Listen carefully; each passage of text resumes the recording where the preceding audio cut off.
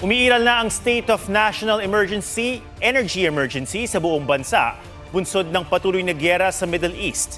Tatagal ito ng 1 taon alinsunod sa utos si Pangulong Bongbong Marcos. Sinabi rin ng Pangulo sa isang panayam na hindi isinasantabi ang posibilidad na tigil biyahe ang mga flight dahil kapos sa langis. May report si Ian Cruz. Semana Santa na sa susunod na linggo, bakasyon na rin ang mga estudyante pero ang dapat ay panahon na ng biyahe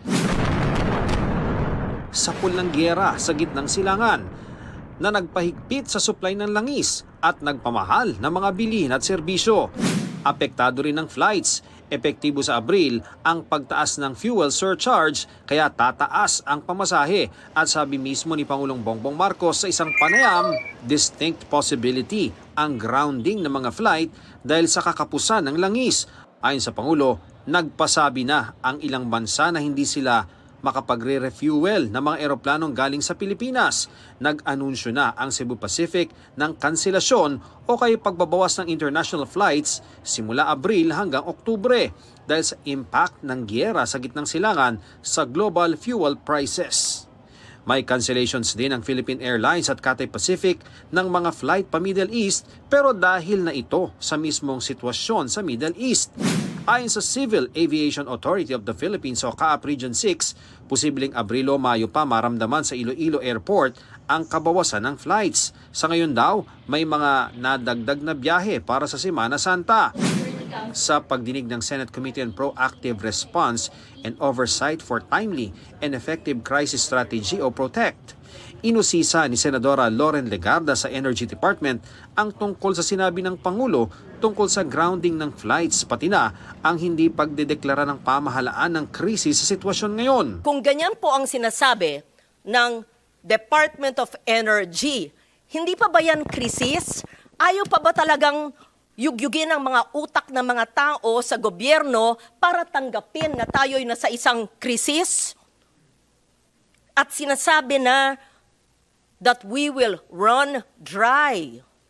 Pakipaliwanag po para maintindihan, mapondohan, nandiyan ang chair ng finance, para ang ibang ahensya ng gobyerno ay maghanda. Cebu Pacific and PAL.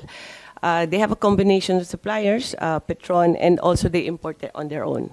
As of yesterday, their inventory is around 38 days. 38 days, and they have confirmed. We asked them if they want us to help them procure additional fuel for the next month, meaning on May. They have already secured confirmation of their next order.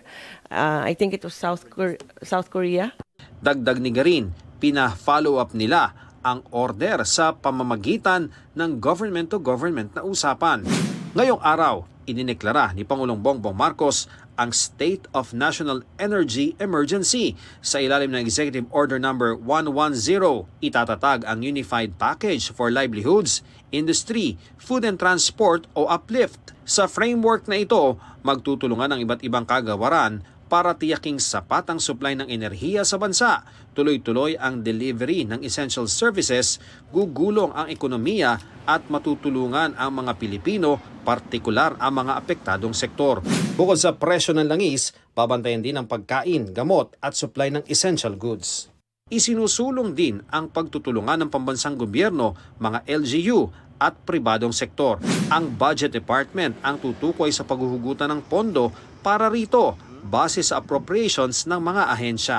Epektibo sa loob ng 1 taon ang National Energy Emergency na pwedeng palawigin o bawiin ng Pangulo. Ian Cruz nagbabalita para sa GMA Integrated News.